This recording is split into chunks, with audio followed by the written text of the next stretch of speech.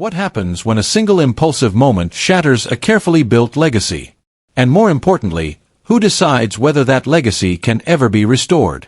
For decades, Will Smith wasn't just a movie star. He was a carefully engineered symbol of American optimism. He was the kid from West Philadelphia who turned charm into empire, setbacks into punchlines, and discipline into destiny. Parents trusted him. Studios banked on him. Brands aligned with him. He was safe, bankable, inspirational, the rare celebrity who seemed to glide through decades without permanent scandal. By March 27, 2022, the arc of his career felt almost mythic. From the Fresh Prince of Bel-Air to Independence Day, from Men in Black to the Pursuit of Happyness, he had evolved in full public view. He matured on screen. He matured off screen. He spoke about faith, fatherhood, fitness, self-mastery. He documented vulnerability before vulnerability became fashionable. King Richard was supposed to be the culmination, a role about discipline, sacrifice, protection, and belief. The father who willed greatness into existence. The protector of daughters against a world that doubted them. When his name was called for Best Actor at the 94th Academy Awards, it felt inevitable. Poetic. Earned. Then came the joke. Then came the walk to the stage. Then came the slap scene around the world. In less than 10 seconds, a man who had spent 30 years curating control became the symbol of losing it. But here's the deeper question that still hangs in the air. Was the slap the real rupture, or was it the way the world responded afterward? Because the moment did not end with the strike. It expanded. It echoed. It split into interpretations. It forced audiences to confront something uncomfortable about celebrity, power, race, loyalty, masculinity, marriage, and morality, all at once. And when the same room that had just gasped rose to its feet minutes later to applaud him, something shifted from scandal to symbol. Was that forgiveness? Shock? Industry reflex? Or was it something more revealing? The making of a brand. To understand why the moment landed with such force, you have to understand the machinery behind it. Will Smith's rise wasn't accidental. Early in his career, after financial mismanagement nearly bankrupted him, he developed an almost military discipline toward success. He studied box office data. He analyzed global appeal. He reportedly aimed for summer blockbuster positioning as a strategic category, not a coincidence. He wasn't just acting, he was engineering momentum. Directors described him as collaborative but calculated. Co-stars called him generous but meticulous. Interviews were polished. Public appearances were intentional. Even when he joked, there was structure to it. And central to that brand was one core element: positivity. He rarely lashed out. Rarely spiraled publicly. Rarely attacked critics. When controversies emerged, like the backlash to After Earth or online mockery of his YouTube oversharing, he reframed them as growth. He was not chaotic. He was aspirational. So what does it mean when the aspirational figure becomes impulsive? Was that moment an anomaly, or a crack long forming beneath the surface? The joke that triggered a reckoning. Chris Rock's joke about Jada Pinkett Smith, referencing G.I. Jane, lasted seconds. But those seconds ignited debate that still hasn't cooled. Some saw it as harmless comedy in the tradition of roast culture. Others saw it as insensitive, given Jada's public discussion of alopecia. Some believed Will laughed at first, a reflex, then recalibrated when he saw Jada's discomfort. Others believed the laughter proved it wasn't deeply offensive, until pride intervened. But what if the joke wasn't the point? What if it was the context? By 2022, the Smith marriage had been dissected for years.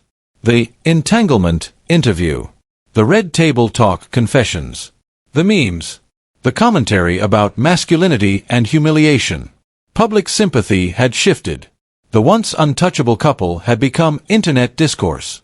Was the slap a defense of his wife, or a defense of an image already under strain?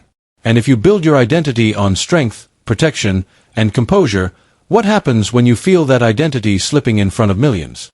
Is anger sometimes less about offense, and more about exposure? Jim Carrey and the Avatar theory.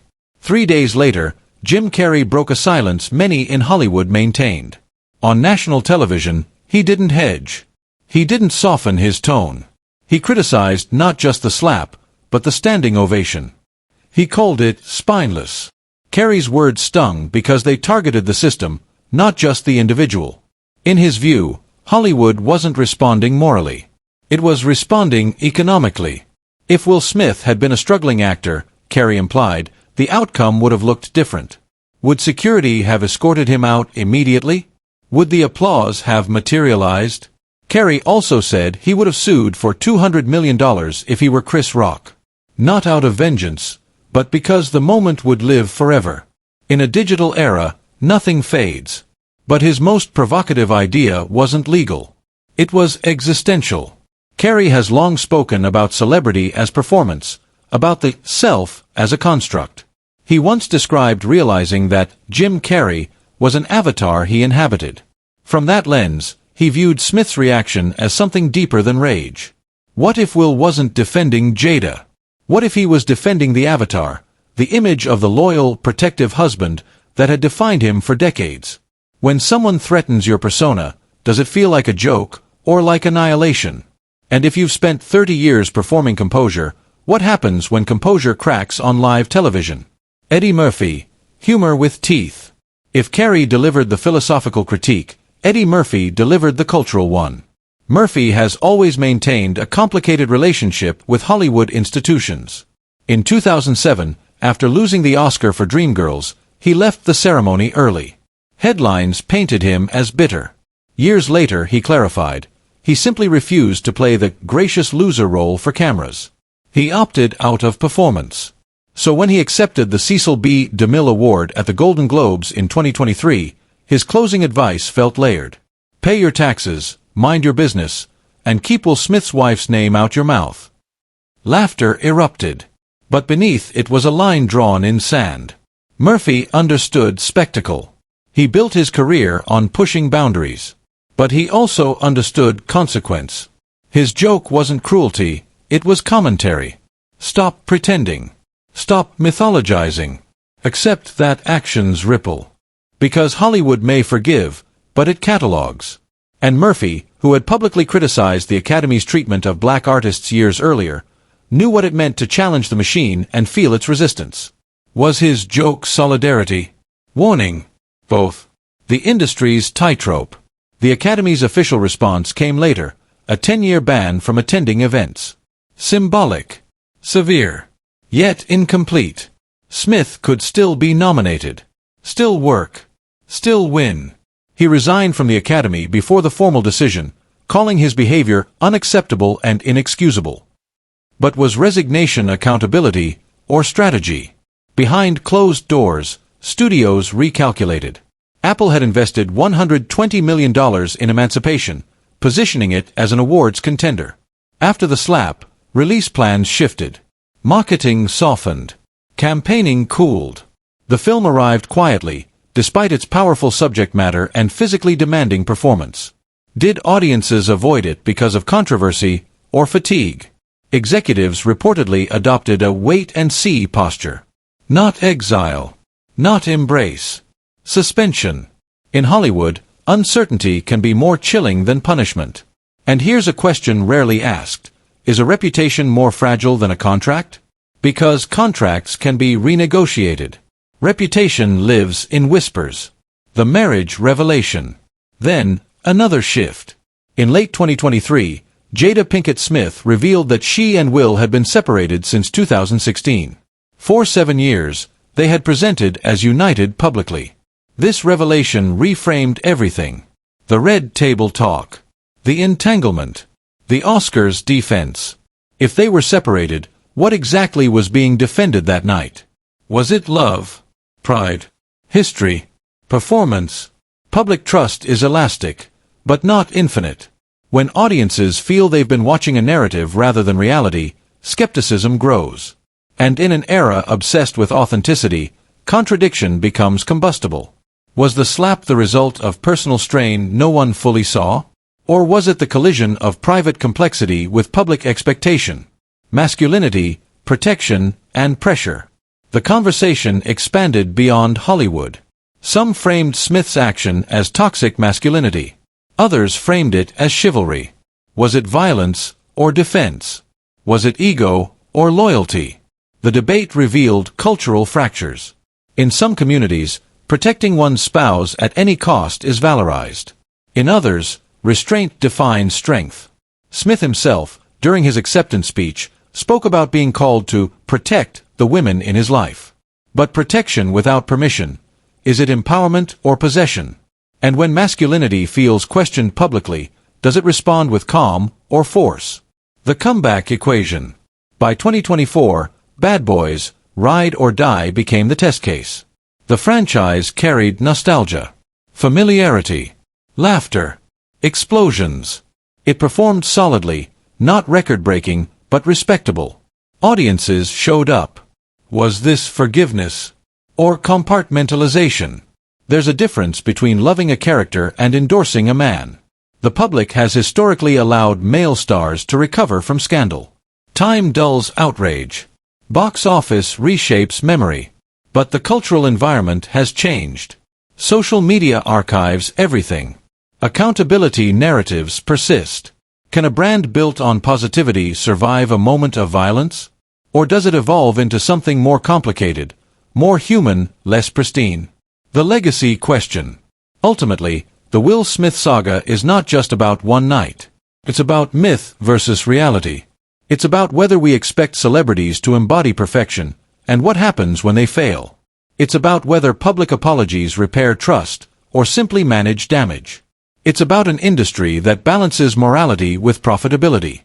And it's about a man who spent decades mastering his image, only to discover that image could fracture in seconds. So what determines redemption? Time, talent, public fatigue, or authentic transformation? History offers examples of comebacks, and of permanent eclipses. The difference often lies not in the mistake, but in the evolution that follows. Will Smith remains talented, charismatic, bankable to a degree. But he is no longer untouchable. And perhaps that is the most significant shift of all.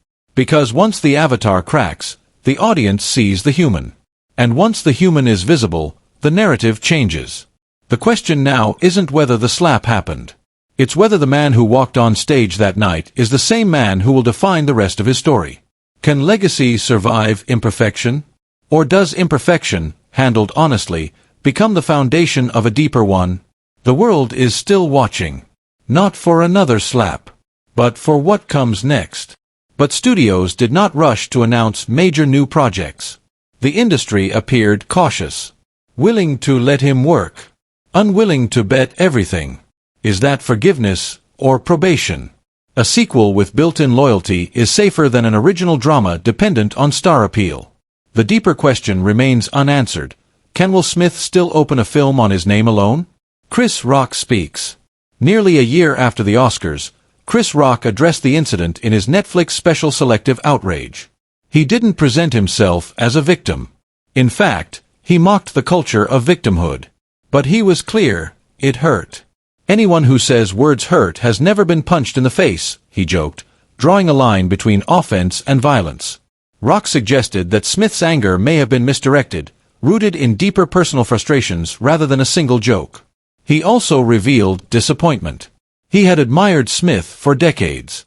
That admiration made the moment more painful. Rock returned to work the next day. He toured. He reclaimed the stage.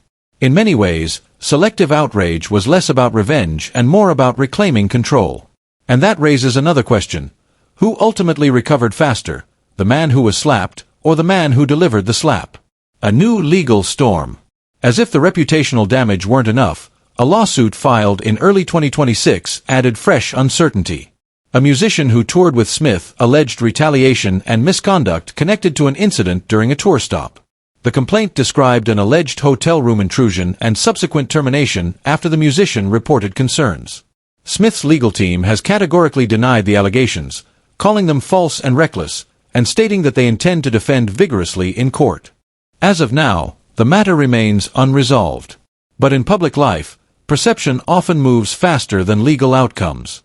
Even unproven allegations can reopen wounds. For a star already navigating fragile rehabilitation, fresh controversy is rarely neutral.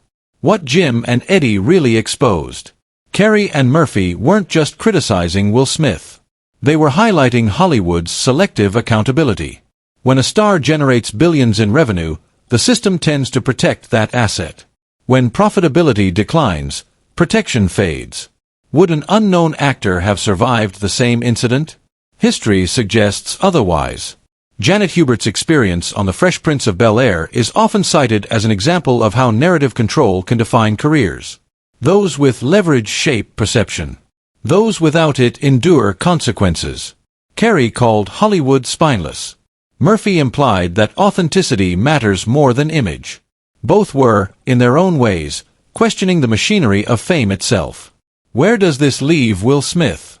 As of 2026, Smith occupies a strange middle ground. Not cancelled. Not fully restored. He can still headline a franchise. But he no longer carries the aura of untouchable perfection. And perhaps that is the lasting shift. For 30 years, he embodied control, discipline, relatability. Now, he represents something more human, flawed, reactive, vulnerable. The bigger question isn't whether he can make another hit film. It's whether audiences are willing to rewrite their internal story about him. Time can soften outrage. It can dull headlines. But it cannot erase viral footage. So what defines a legacy? A lifetime of achievement, or one unforgettable moment? Can redemption be earned in the age of replay? And perhaps most importantly for Hollywood, who decides when a star is forgiven, the industry or the audience? The answers may shape not just Will Smith's future, but the future of celebrity accountability itself. He retreated to the house in the hills where the city lights spread like a canvas below him, and for the first time in a long while he felt the weight of 1,000 eyes behind every pane of glass. The silence in that home was not empty, it was full of questions that did not belong to press conferences. His daughter asked, blunt and candid, "Do people still love you?" His eldest friend, who had seen him through early failures and improbable successes, called and said quietly, "You have to live with this now, this will be part of you." The public pronouncements were one thing. The private reckonings were another. He sat with a therapist who handed him a list of triggers and breathing exercises. He read articles about impulse control and the neurochemistry of shame. He found himself replaying the moment not to rehearse the narrative, but to understand the exact point where choice became action. Was it humiliation? Fear? A reflexive need to protect someone he loved? The answers were incomplete, and that incompleteness felt intolerable. Friends and colleagues reacted in ways that revealed their priorities. Producers who had once courted him now weighed risk in spreadsheets. A director he admired reached out with a single sentence, "If you want to come back with work that shows you learned." The industry's calculus was pragmatic. A bankable name mitigates risk, but no bank will discount repeated headline volatility. So offers became smaller, safer, more ensemble-driven. The leading roles that once came packaged with a guaranteed opening weekend now required hedging partners, public relations contingencies, and insurance policies that explicitly addressed conduct at live events. Meanwhile, the cultural conversation shifted into 1,000 small forums, dinner tables, podcasts, late-night monologues, and classroom debates. A university professor assigned the clip to students and asked them to write an essay on accountability in the Internet age. A parish group used the incident as a case study on forgiveness and repentance. In every place, people returned to the same knot of questions. How do we balance empathy with consequence? Is there a standard by which public figures are judged differently? Who gets to tell the story of repentance? Chris Rock's measured return to the stage reframed the dialogue in ways that surprised some and satisfied others. In the special, he navigated humor and hurt with practiced control, underscoring that those who are struck often reclaim the narrative through craft. But recovery is not a race. It is staggered and personal.